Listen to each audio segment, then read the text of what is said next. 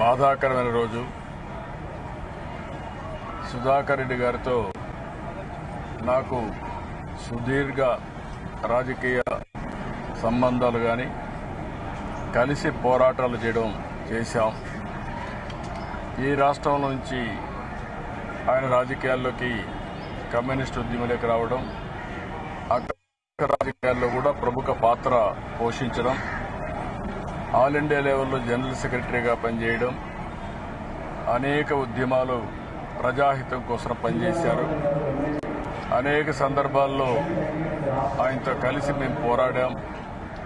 అదే మాదిరిగా అలయన్స్ లో కూడా ఆయన ఎమ్మెల్యేగా పోటీ చేసి గెలవడం, ఇలాంటి అనేక కార్యక్రమాల్లో ఎంపీగా కూడా పోటీ చేసి గెలిచారు. ఎంపీగా పోటీ చేసి 2 సార్లు గెలవడం, ఇవన్నీ కూడా సుదీర్ఘ అనుబంధం ఉంది.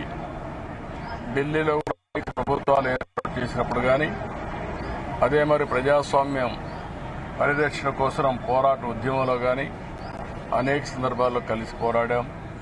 అన్నింటికంటే ముఖ్యంగా నేనంటే ప్రత్యేకంగా అభిమానంగా ఉండేవాడు. నా జీవితంలో మర్చిపోలేను.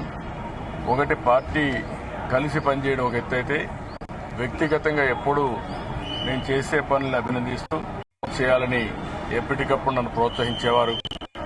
అలాంటి మంచి మిత్రుడు, శ్రేయోభిలాషి ఈరోజు ఇటీవల కాలంలో సుస్థి కావడం, అనారోగ్యం, ఆయనకు లేనిపోని సమస్యలు క్రియేట్ చేయడం, కొంత సఫర్ అయ్యారు. ఏదేమైనా ఆయన ఒక గ్రేట్ లెగసీని మన ముందు వదిలిపెట్టి వెళ్లారు.